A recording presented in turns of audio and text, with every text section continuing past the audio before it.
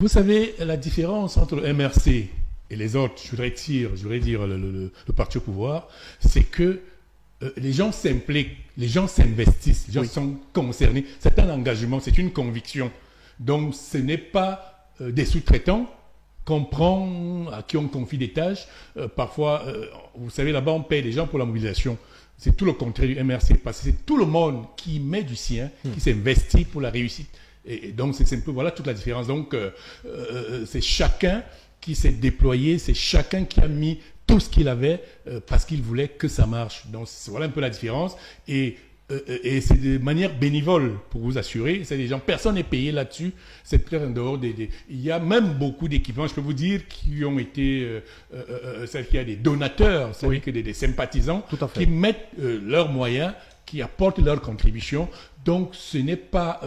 on ne puise pas dans les caisses de l'État pour organiser un événement comme celui que vous avez vu là.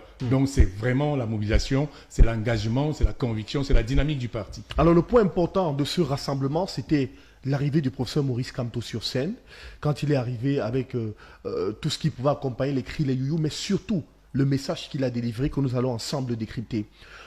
Dès qu'il est monté sur scène, le professeur Maurice Kamto, dans son message, a affirmé qu'il est le messager des unités du Cameroun. Il appelle d'entrée de jeu à l'unité de tous les Camerounais. Absolument, absolument. Vous savez, il y a beaucoup de gens qui posaient la question de savoir pourquoi ce meeting à Paris. Pourquoi ce meeting ils n'ont pas compris.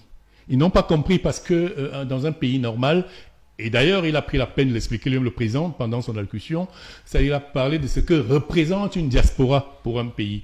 Donc, les gens se disaient, il va lancer la campagne à Paris alors que l'élection se déroule au Cameroun. Non, en réalité, je peux déjà vous affirmer que, compte tenu du programme qui sera très saturé, il n'aura plus beaucoup de temps. Donc, il a préféré d'abord aller s'adresser à ses compatriotes de la diaspora pour les écouter et pour leur dire quelles sont ses attentes et surtout leur rappeler ce qu'elle représente pour le Cameroun. Donc, il était important parce que la campagne, effectivement, s'est déroulée au Cameroun.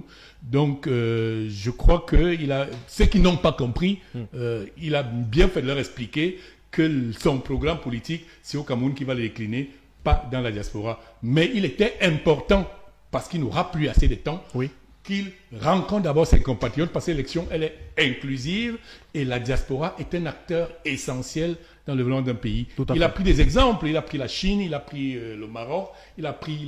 Vous savez, la diaspora est comment je peux dire, c'est un agent de renseignement gratuit, c'est-à-dire qu'on ne le paye pas. Vous savez, dans ce monde, il y a on ne connaît pas tout, on apprend des autres, on apprend partout. Donc, l'important de la diaspora, c'est que quand ils vont à l'extérieur, ils apprennent des choses pour qu'ils ramènent les compétences. Donc, en réalité, le pays a tout à gagner. C'est tout bénéfice parce que vous ne payez pas, vous ne financez pas ce type d'activité. Ce sont des collecteurs d'informations, ce sont des collecteurs de savoir, ce sont des collecteurs d'enseignement qui vont et qui ramènent ça dans leur pays. Donc, c'est très important d'être en phase avec sa diaspora. Alors, on a vu une diaspora qui, pendant que Maurice Kamto parlait, demandait à tue-tête la double nationalité. Lui, il ne s'est pas limité là, il a parlé de la plurinationalité. Est-ce que c'est vers là, effectivement, qu'il faut aller? Absolument, absolument, Romary. Imaginez, qu'est-ce que le Cameroun a comme potentiel à l'extérieur? C'est-à-dire, imaginez tous ces Camerounais, ces médecins, ces ingénieurs, ces universitaires, qui sont, malgré eux, qui ont obtenu, pour des raisons pratiques, une nationalité de leur pays d'accueil, mais qui ne peuvent pas se déployer dans leur pays. Et d'ailleurs, et ce qui est curieux, parce que la majorité, sinon, pour ne pas dire la quasi-totalité de ceux qui nous gouvernent, la plupart ont des doubles nationalités. Et ils jouissent de cette prérogative-là, mais empêchent d'autres Camerounais d'en jouir. Vous voyez, c'est quelque chose de très grave. Donc, nous estimons que nos fils qui vont ailleurs vont, parce que dans la culture africaine, nous ne sommes pas... Les Africains sont attachés à leur culture, à leurs coutumes, à leur village.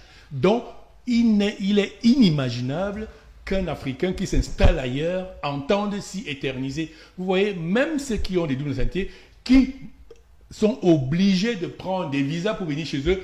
Le cas, il était présent à ce meeting, Richard Bona, le Oui. célèbre artiste, Tout le à célèbre fait. musicien, Tout à fait. qui n'a pas pu assister aux obsèques de sa De sa mère. maman, oui. Vous imaginez qu'un Camerounais ne peut pas rentrer chez lui sous prétexte qu'il aurait pris une autre nationalité. Donc, nous pensons que pour capitaliser l'apport de la diaspora, il faut leur donner la liberté de pouvoir se déployer, même s'ils ont pris d'autres nationalités. Alors, c'est justement un appel à ce que cette diaspora puisse revenir avec ses compétences, comme les autres pays le font, parce qu'il a bien cité, il a bien évoqué le cas d'autres pays dans lesquels les citoyens ont plusieurs nationalités, et ça leur donne justement la possibilité de rentrer dans leur pays, développer leur pays. Absolument, c'est de ça qu'on a besoin. À quoi sert-il d'avoir des enfants qui ont acquis des compétences, des expertises ailleurs et qui ne puissent pas les mettre à contribution dans leur propre pays? Donc c'est important. Je l'ai dit tout à l'heure, c'est-à-dire que les gens ne comprennent pas l'importance, l'impact d'une diaspora dans un pays. Nous sommes au Cameroun. Il y a des choses qui se passent d'ailleurs qu'on ne connaît pas au Cameroun. Oui. Mais c'est ceux qui sortent qui vont découvrir ces choses, qui peuvent nous les apporter. Le monde est planétaire. C'est-à-dire qu'aujourd'hui, la science est au cœur du développement. La science, on la maîtrise mieux ailleurs que chez nous. Tout à fait. Et donc, nos enfants qui vont dans ces pays-là, et qui, vous vous rendez compte, ils travaillent, ils sont dans des grandes structures. C'est-à-dire qu'avec... Les Camerounais, généralement, c'est des gens très intelligents. Ces gens très intelligents, vous allez voir dans des grandes structures, dans des grandes écoles, en termes de performance, vous trouverez toujours un Camerounais quelque part. Alors vous imaginez, et personne ne peut douter que ces gens aimeraient bien apporter cela à leur pays. Et pourquoi on leur empêche? Alors, le président Maurice Kamto, dans sa sortie, a également évoqué un aspect très important concernant les élections.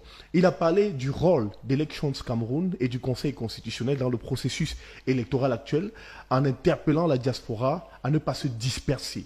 Et il demande à la diaspora de ne pas se disperser simplement parce que il estime que le Conseil constitutionnel et Elections Cameroun ne doivent pas les éloigner de l'idéal qui est de s'inscrire sur les listes électorales et effectivement d'aller voter le moment venu. Oui, en fait, justement, ce propos ne s'adressait pas qu'à la diaspora. Oui. À la diaspora, c'est-à-dire, il s'adressait à tous les Camerounais. Parce que en réalité, la diaspora, l'essentiel de l'électorat se trouve au Cameroun.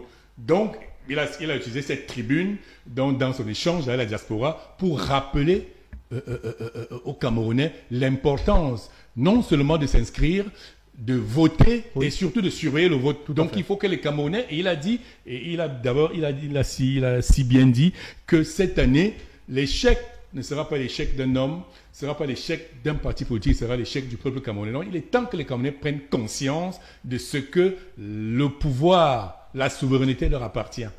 Alors, autre chose et autre aspect totalement surprenant, parce qu'on a même vu certaines personnes reprendre dans le public, cela peut sembler véritablement surprenant. Le professeur Maurice Kamto affirme que le président Paul Biya aura sa protection à lui, Maurice Kamto, si jamais il arrive aux affaires, car c'est une honte pour nous et pour ceux qui dirigent le Cameroun en ce moment d'exposer un papa comme celui-là, comme on le fait actuellement.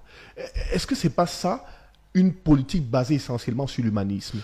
Ben, absolument, absolument. Vous savez, des fois quand j'entends des gens parler de Maurice Kamto, des gens qui ne le connaissent pas, ils parlent d'un homme qu'ils ne connaissent pas, mais c'est un homme qui est fondamentalement humaniste. Ce qu'il a dit là, il nous le dit tous les jours. Lors des réunions, il nous rappelle que, vous voyez, quand il a parlé, vous avez constaté que c'était une souffrance qu'il exprimait. Tout à fait. Et tout être humain devrait souffrir de voir qu'est-ce qu'on fait subir à M. Biya à son âge. Et cette reprise d'une expression où il a dit « vous pouvez me détester » sur tous ces aspects. Oui, absolument. Mais sur absolument. cet aspect-là, j'ai dit aucun être humain digne de ce nom, c'est-à-dire doté d'humanisme, ne peut être fier de voir ces spectacles auxquels on expose M. Paul Biya à son âge. Donc, il fait bien de le rappeler parce que parfois les gens pensent que la politique, l'adversité politique doit aussi avoir un peu d'humanité. Donc, il voulait rappeler aux gens que le problème, son combat, ce n'est pas contre l'individu, Paul Biya. C'est-à-dire que son combat, c'est de relever le Cameroun qu'il aime tant. Mais par contre, le professeur Maurice Kamto a quand même précisé un aspect.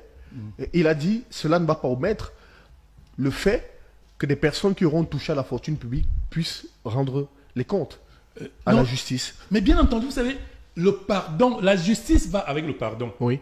La justice, ça ne peut pas se faire sans, c'est-à-dire qu'on ne peut pas pardonner sans justice.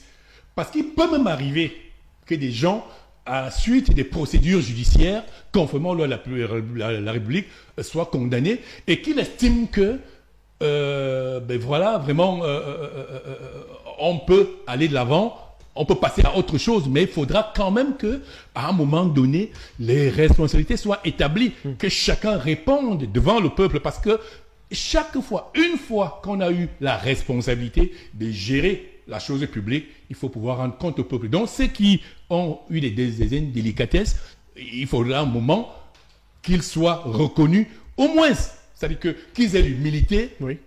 Vous savez, ailleurs, on a eu en Afrique du Sud, je crois, au Ghana, justice et réconciliation, c'est quoi? Oui. Vous vous rappelez? La justice et la réconciliation, Voilà. oui. Ouais. On peut avoir des situations comme ça où quelqu'un reconnaît que, voilà, j'ai trahi le peuple, j'ai abusé du peuple, je reconnais que j'ai fait, et puis on peut voir dans quelle mesure on peut pardonner. Mais le pardon ne peut pas se faire sans justice. C'est pour ça qu'il a bien fait le rappeler il faudra qu'à un moment donné, les gens rendent compte à la justice pour ce qu'ils ont fait à leur pays. On l'a surtout vu être véritablement tranchant sur un sujet qui a pignon sur rue actuellement au Cameroun et qui est débattu sur presque tous les plateaux de télé, sa candidature à la prochaine élection, disant qu'il y a certains professeurs, certains spécialistes du droit qui ont rangé pratiquement leur touche pour venir raconter des choses à la télévision. Il le dit avec emphase, sa candidature ne souffre absolument de rien et il a pris certaines personnes en référence. Vous savez, si on peut prêter, je pense qu'à l'unanimité, même ses plus virulents ennemis, c'est-à-dire que si on peut prêter à Maurice Kamto certaines compétences, on ne devrait quand même pas douter, ou alors on ne devrait pas être péremptoire vis-à-vis d'une position qu'il prend dans une question de droit. Tout à fait. Vous voyez, c'est quand même absurde qu'on voit les gens qu'on voit, il les a appelés, je ne sais pas quel nom il a utilisé là, il a parlé des juristes de quartier. Des juristes, des juristes de quartier. Oui. Parce qu'en réalité, ils sont sortis du terrain strictement du droit pour verser sur le terrain politicien. C'est-à-dire que les arguments sont purement politiciens. Ils n'ont rien à voir avec le droit. Et je dis quand même j'ai dit vraiment, si on est dans un pays qui se respecte, où on respecte certaines valeurs, où on respecte les gens pour ce qu'ils sont, quand Maurice Kamto prend une position sur une question de droit, on devrait rester réservé. Devrait rester réservé. Oui. C'est-à-dire que, et moi pourtant, je vois des gens, je vois n'importe quel kidam là sur les plateaux parler la main sur le cœur. Et c'est curieux. Alors, évoquant toujours sa candidature pour l'élection présidentielle, il a glissé un aspect subtil qui n'est pas très débattu sur les plateaux de télé et qui n'a pas fait grand bruit. C'est quand même cette violation de la Constitution qui a donné la possibilité de proroger le mandat des maires et des députés pour faire passer la présidentielle avant les législatives municipales. Pourtant, on en parle très peu sur les plateaux. Ben justement, vous savez, ça ne date pas de la dernière législature. Ça fait peut-être 3 législatures depuis que le mandat de... C'est-à-dire que c'est une loi non écrite qui a été instaurée, c'est-à-dire que systématiquement, M. Paul Biya proroge les mandats des maires et députés pour s'assurer d'abord son élection avant toute élection, alors que ce n'est écrit nulle part. Donc c'est une violation permanente de la loi. Et les gens, effectivement, ils ont appliqué, ils n'avaient pas, c'est-à-dire que ils l'ont fait en 2025 parce que justement, ils pensaient que cela priverait. Cette fois-là, c'était pas dans les conditions habituelles, mais c'était surtout pour priver Maurice Kamto d'une investiture à l'élection présidentielle. Donc, ils se sont trompés parce que la loi, le droit est de son côté. Et parlant vous voyez, le Conseil constitutionnel.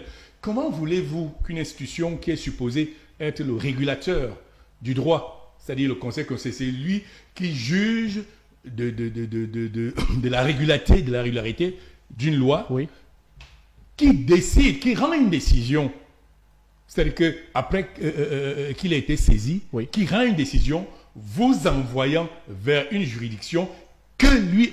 Parce qu'en fait, il estime que c'est cette juridiction qui est compétente. Tout à fait. Parce qu'en réalité, une fois qu'il le dit, la juridiction doit s'exécuter. C'est-à-dire que ce n'est pas, il dit que allez chez tel, il doit juger de cette affaire, parce que j'estime que c'est lui. C'est-à-dire que c'est le conseil qui a ce pouvoir-là. Et vous allez devant cette juridiction, elle vous dit qu'elle est incompétente. Alors, ça veut dire que nous sommes dans un état de non-droit. Vous voyez, même ce fameux débat qui fait cours sur le Conseil constitutionnel aurait dû s'en saisir pour clarifier l'opinion, pour leur dire, et voilà, il y a un débat sur la constitutionnalité du fameux article, alinéa 2 de l'article 121 du Code électoral. Il aurait dû s'en saisir pour la sécurité du pays, pour la paix et pour la clarté, c'est pour édifier l'opinion et leur dire voilà exactement ce que je pense que la loi dit. C'est-à-dire qu'il applique la loi, c'est-à-dire que c'est l'arbitre, quoi. Il met tout le monde d'accord. Oui. Mais vous voyez, jusqu'à présent, il est resté muet. Il y a tout récemment, je crois, c'est M. Abdourahmane Amidou qui a saisi le conseil électoral pour qu'il se prononce dessus. Oui. Mais si on était dans un pays normal, c'est-à-dire sans même qu'il soit saisi, le conseil constitutionnel aurait dû se saisir de cette affaire pour clarifier tout le monde, pour que le débat soit clos. Alors, sur la question du Sénégal, le Sénégal parlerait au Cameroun. Prenons l'exemple de ce pays, Maurice Kamto a expliqué que ce pays de l'Afrique de l'Ouest a fait un parcours exceptionnel pour arriver au changement qu'on voit aujourd'hui. Ça n'a point été simplement une fusion entre deux jeunes leaders, mais ça a surtout été le fait que tout un maillon du Sénégal ait porté ces jeunes leaders pour mettre à la tête du pays, et ça devrait être le cas pour le Cameroun. Oui, vous savez, ce qui s'est passé, c'est pas nouveau au Sénégal. C'est-à-dire que c'est pas la première fois que ça arrive au Sénégal. On l'a vu avec Abdoulaye Wade, quand le peuple s'est mobilisé pour faire partir Abdou Diouf. Tout à fait. Ça, généralement, au Sénégal, c'est pas des questions, c'est des questions de principe. C'est-à-dire que la culture démocratique est ancrée en les Sénégalais. Respecter ce qu'on s'est dit. C'est-à-dire que le respect de ce qu'on s'est dit. Oui. Vous voyez, ils l'ont fait avec Abdou Diouf. Wade est venu au pouvoir. Quand Wade a tenté de rester, les mêmes jeunes Sénégalais se sont mobilisés pour le faire partir, Tout à fait. pour faire venir Macky Sall. Oui. Et quand on a soupçonné Macky Sall de vouloir tripatouiller il y a eu la la même mobilisation. Ouais. Et je peux vous assurer que si ceux qui sont là tentent quelque chose qui n'aille pas dans l'esprit, dans le cadre de ce qui est convenu selon les lois sénégalaises, il y aura donc vous voyez, c'est une attitude permanente. Et c'est pour ça qu'il appelle les Camerounais, il appelle les jeunes à rester vigilants, à rester éveillés, à faire effectivement comme les jeunes Sénégalais. Donc, restez vigilants, veillez à ce que les règles soient respectées. Il a d'ailleurs demandé à la diaspora, dans son discours, il appelle les Camerounais de la diaspora à revenir pour l'élection présidentielle, à l'aider à surveiller, à l'aider à ce que les votes se passent dans de bonnes conditions, mais surtout à veiller et à surveiller qu'on ne puisse pas voler l'élection, comme lui-même l'a mentionné. Oui, justement, là encore, ça démontre l'intérêt qu'il a pour la diaspora. Ça démontre la valeur qu'il donne à la diaspora, parce que c'est une façon de leur dire, rentrez chez vous, vous êtes pas chez vous là-bas. Tout à fait. Chez vous, c'est au Cameroun, donc venez défendre le moment quand il le faut, les intérêts du peuple camerounais. C'est ce que ça veut dire. Oui. Ils veulent leur rappeler que non, bien que vous soyez à l'extérieur, vous êtes d'abord Camerounais et qu'il faut, le moment venu, quand il faut défendre la patrie, vous devez être là. Alors, c'était donc un Maurice Kamto véritablement précis, qui a été, on va le dire ainsi, adoubé par la diaspora aujourd'hui officiellement pour l'élection présidentielle, parce qu'on a vu le drapeau du Cameroun lui a été remis par les organisateurs, et surtout la clé de la cité Cameroun qui lui a été remise. Est-ce que c'est ce qui marque véritablement le tournant de cette élection présidentielle qu'on va vivre dans quelques mois? Maurice Kamto est-il déjà prêt? Maurice Kamto est prêt depuis très longtemps. Oui. Je voudrais dire simplement que la diaspora a adoubé Kamto depuis longtemps, depuis 2018. C'est-à-dire que n'eût été les tripatouillages, la diaspora était front commun derrière Maurice Kamto. On l'a vu en 2018. Elle était là, donc c'est pas, elle n'a fait que réaffirmer sa position derrière ce candidat qu'elle considère, et le symbole est très important, c'est-à-dire la clé. Tout à fait. C'est-à-dire que la diaspora a donné à Maurice Kamto la clé pour leur ouvrir les portes du pays. Tout à fait. Parce qu'elle veut revenir dans son pays. Donc je pense que c'était ça tout le symbole. Donc c'est pas un tournant, parce qu'on savait déjà que la diaspora était pro-Kamto. Oui. Était pro-Kamto, elle a toujours soutenu. Et on a vu, chaque fois qu'il les a sollicités, qu'il a sollicité la diaspora, je vais dire, elle a réagi. Donc, mais pour vous, qu'est-ce qui explique ce soutien indéfectible et sans faille de la diaspora vis-à-vis de Maurice Kamto? vous savez, j'ai dit que nous sommes des Africains. Il y en a parmi cette diaspora-là qui n'ont pas revu leur pays depuis, qui sont partis depuis. Il y en a qui sont partis dans le cadre des mois estudiantins dans les années 92, qui sont fichés, qui ne peuvent pas revenir au pays. Tout à fait. Vous voyez, beaucoup, ils ont des familles, ils ont des enfants qui n'ont jamais vu leur pays. Donc la diaspora voit en Maurice Kamto celui grâce à qui ils peuvent revenir dans leur pays. Parce qu'il y a beaucoup qui ont envie de revenir au Cameroun, mais qui ne peuvent pas. Parce qu'ils ont peur du système. Ils ont peur, ils sont fichés, ils sont en exil, malgré eux, bien qu'ils veuillent revenir chez eux. Donc, c'est pour ça que cette diaspora-là est accrochée, c'est-à-dire que à Maurice Kamto, parce qu'elle voit en lui l'homme grâce à qui elle peut revenir de manière régulière dans son pays. Alors, un autre élément important durant ce meeting de Maurice Kamto à Paris, ce sont les différents passages des intervenants. On va en parler sur chacun intervenant. Commençons d'abord par Jean-Michel Nithieu. Comment avez-vous trouvé son discours et la justesse de ses propos? Oui, vous savez, l'honorable Nithieu, il est égal à lui-même. Oui. C'est-à-dire, c'est un monsieur, il a toujours eu sa posture. C'est-à-dire qu'il est prêt, donc quand il prend une position, il assume.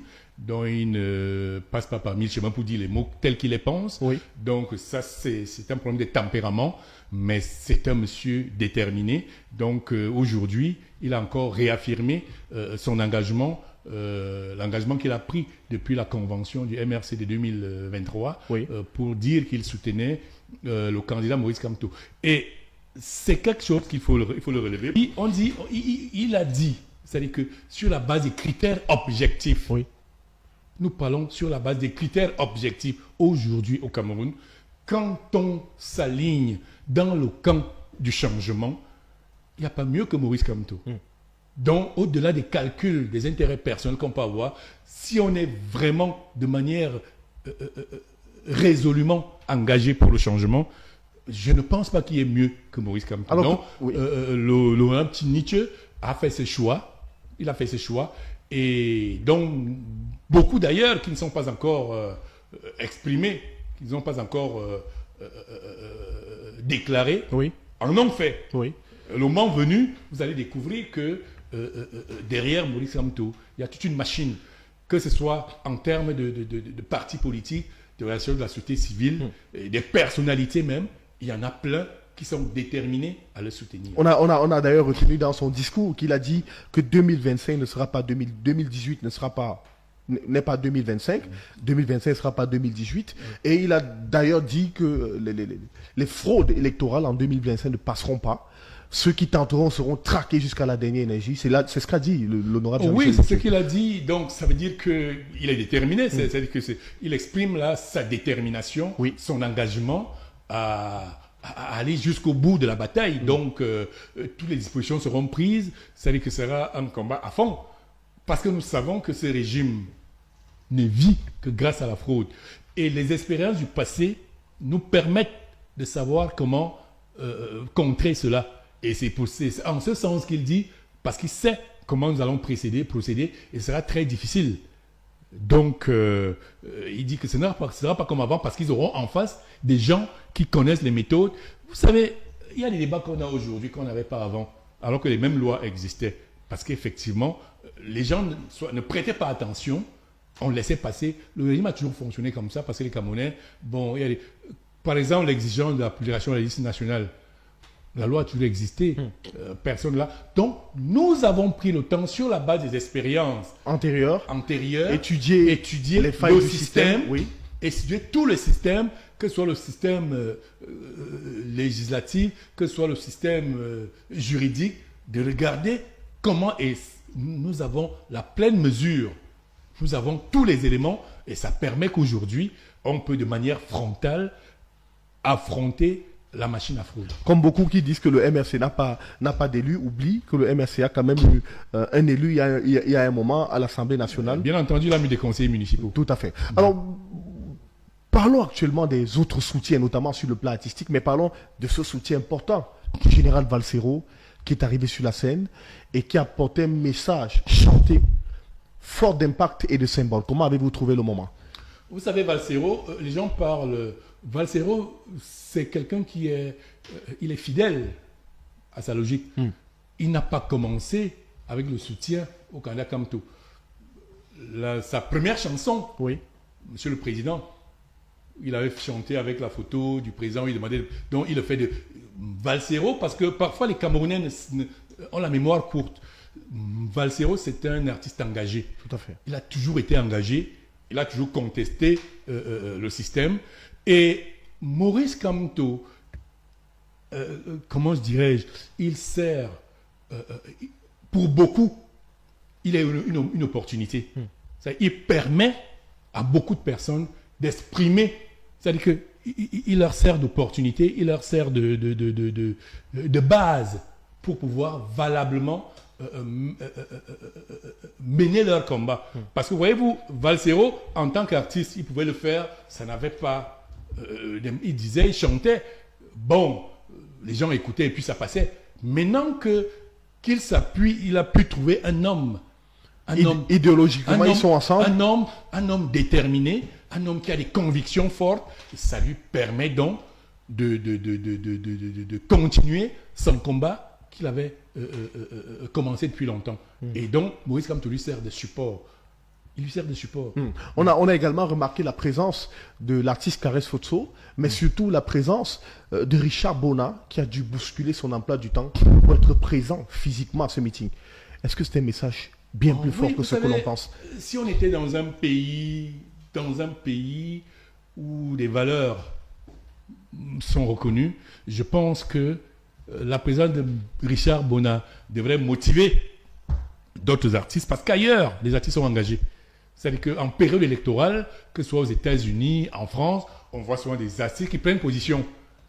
Donc, si une icône comme Richard Bona, au regard de ce qu'il a subi à titre personnel, s'engage derrière Kamto, ça veut dire qu'il a vu en lui l'homme qui peut apporter des solutions pour les Camerounais, et c'est pour ça qu'il le soutient.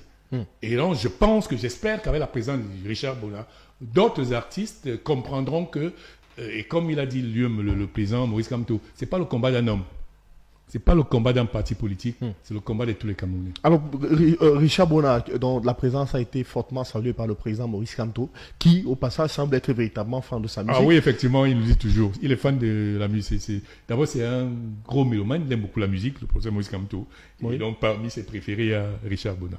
On a d'ailleurs vu l'une des tribunes que vous avez commises au Cameroun, qui parlait d'une composition de musique classique faite par Oui, effectivement. Maurice Kamto. Vous savez, c'est un homme pluridimensionnel, ce monsieur. C'est-à-dire qu'il ne cesse pas de me surprendre chaque fois. Un autre moment très fort et très impactant, c'est la présence du professeur Abba Oyono et surtout le discours qu'il a prononcé. Oui, le professeur Abba Oyono, il est égal à lui-même. Et vraiment, j'ai été surpris de le voir là. Oui. De le voir à comme ce meeting-là. Comme beaucoup de Camerounais d'ailleurs. J'ai été surpris. C'est quelqu'un qui est fondamentalement tourné vers le changement. Et quand on suit son discours, quand on suit même ses prises de position, il a toujours œuvré, c'est-à-dire qu'il a toujours été favorable à une dynamique de l'opposition. Ce qui m'a impressionné, au-delà de sa pertinence dans l'interprétation des questions de droit, parce que quand le professeur Abba Oyono parle, on s'en régale. C'est-à-dire, vous voyez, c'est ça l'intellectuel dans un pays. L'intellectuel, c'est quelqu'un de qui on attend un éclairage, de qui on attend un enseignement, de qui on attend. C'est ça le rôle de l'intellectuel. Et Dieu merci, nous avons encore des intellectuels de la trempe d'Abba Oyono qui font ce travail-là parce qu'il a dit lui-même, il a parlé de la panse, il a parlé de... Tout à fait. Il a Du fait ventre. Du vent, de la tête. Et de la tête, et oui. du vent. Donc, il a Il ne parlé dépendra jamais de son ventre, du mais vent, plutôt de sa mais tête. plus de la tête. Donc Oui. il est vraiment cohérent. Et ce qui a retenu mon attention, c'est la clarté de sa position, parce que vraiment, il y a un débat qui court depuis longtemps et dans lequel le système, ça va toujours à enfermer l'opposition. Cette histoire de coalition de l'opposition, Tout à fait. de dynamique de candidat unique de de l'opposition. l'opposition, oui. Je tiens d'abord à dire que il est impossible qu'il y ait une candidature unique de l'opposition, parce que l'opposition est diverse. L'opposition, ce n'est pas un parti politique. C'est-à-dire que l'opposition est diverse. Et donc, dans cette opposition, il y a des gens qui sont résolument, comme le cas du Cameroun, puisque le problème du Cameroun, c'est le changement qu'on n'a jamais connu. Donc, je pense que le premier problème du Cameroun aujourd'hui, ce n'est pas simplement l'alternance. Il faut qu'on change, qu'on passe à autre chose, parce que ça a trop duré. Ça a trop duré. Oui. Et donc, parmi ces opposants, il y en a qui sont vraiment résolument engagés pour le changement, qui ne sont pas prêts à des concessions, à des compromissions quelconques. Donc, ils pensent que on n'a plus rien à faire, il faut que ces systèmes partent. Donc, il y a ce type d'opposition. Il y a des gens dans l'opposition qui pensent qu'ils peuvent, c'est-à-dire pour des questions d'intérêt, qui peuvent collaborer avec le régime, c'est leur droit. Il y en a qui sont comme ça, c'est-à-dire qu'ils sont l'opposition, mais en même temps peuvent analyser les opportunités qui peuvent leur permettre d'avoir leur... Comme c'est ça dans l'esprit camerounais, la mentalité camerounaise, ça part. Il y en a qui sont comme ça. Donc, si on parle de la dynamique de l'opposition, il faut parler de l'opposition qui sont résolument engagés pour le changement. Oui, après comme- avoir fait... Oui, oui. Alors, le problème, c'est que combien sont-ils? Et on juge, c'est par les actes. C'est par les actes, c'est pas les discours. Et je crois qu'au Cameroun aujourd'hui, je ne doute pas de la volonté des autres partis à vouloir le changement, mais le MRC le manifeste par ses actes. C'est-à-dire que par sa défiance, par sa façon d'affronter le système pour dire que... Et le professeur Abaouna a bien fait de le relever, parce que sur la base des critères objectifs, si on devait parler de la dynamique de l'opposition, parce que si l'opposition doit se réunir, il faut être réaliste. L'objectif, c'est quoi? Changer le système. Oui. Alors, pour changer le système, nous évaluons nos forces. Et dans l'opposition, quand on évalue les forces, le professeur Maurice Kamto, quand même, au-delà des choses que le professeur Abaouna a citées, c'est-à-dire les souffrances qu'il a endurées vis-à-vis de ce système en tant qu'opposant depuis longtemps, parce que c'est pas aujourd'hui qu'il a commencé à s'opposer au système, depuis longtemps, Maurice Kamto, c'est quand même, en termes d'expertise, en termes de compétences, en termes de capacité de mobilisation, nous avons vu tout à l'heure à Paris.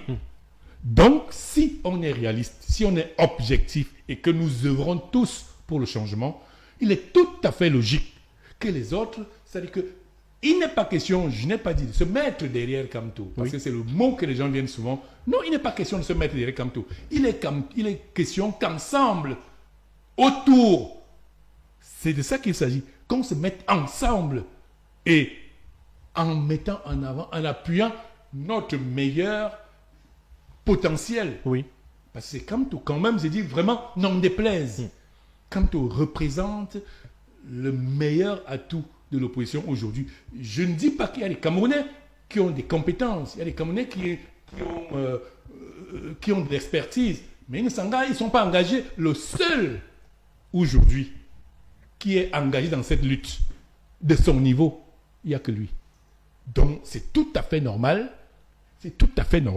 que si vraiment ceux qui veulent le changement, qui sont dans la dynamique du changement, soutiennent Maurice Kamto pour qu'ensemble, ils obtiennent ce changement. Le professeur Abaouna a d'ailleurs lâché le mot. Il lui a dit, professeur Maurice Kamto, prenez le bâton de commandement. Il a dit quelque chose en ces termes-là. Oui, quand il le dit. Demandant à ce qu'il prenne ses responsabilités. Voilà. Non, quand il le dit, je voudrais quand même dire, c'est pas la première fois que Maurice, quand il le dit, ça veut dire qu'il lui demande, même s'il faut qu'il aille vers les autres. C'est ce que ça veut dire. Quand il dit de prendre, ça veut dire que de prendre, c'est de rassembler autour de lui. c'est pas nouveau. Kamto l'a toujours fait. Je peux vous assurer qu'en 2018, le seul qui s'est déplacé personnellement et allé vers les autres leaders, c'était Maurice Kamto. Il s'est déplacé personnellement pour aller vers les autres leaders, les rencontrer, leur proposer, leur tendre la main. C'est lui qui l'a fait. Donc, et il a toujours dit, il est ouvert, je pense qu'il est toujours prêt à le faire. Et il aime souvent aller plus loin. Je vous parle en interne, dans nos réunions. Maurice Kamto nous dit toujours que dans ce gouvernement, il y a des hommes très compétents. Il y a des esprits brillants. Et les gens même intègres. Mais l'environnement ne leur permet pas d'exprimer tout le potentiel. Et que des gens comme ça, là, il en aura besoin pour construire le Cameroun. Oui. Pour vous dire à quel point, et ça, c'est des choses qu'il nous dit quand on est en réunion. Il dit non, ne pensez pas que si on vient au pouvoir, on chasse. Non, je vous dis que dans ce système-là, les gens qui travaillent, il y a des gens là-bas qui ont des expertises avérées, des gens compétents.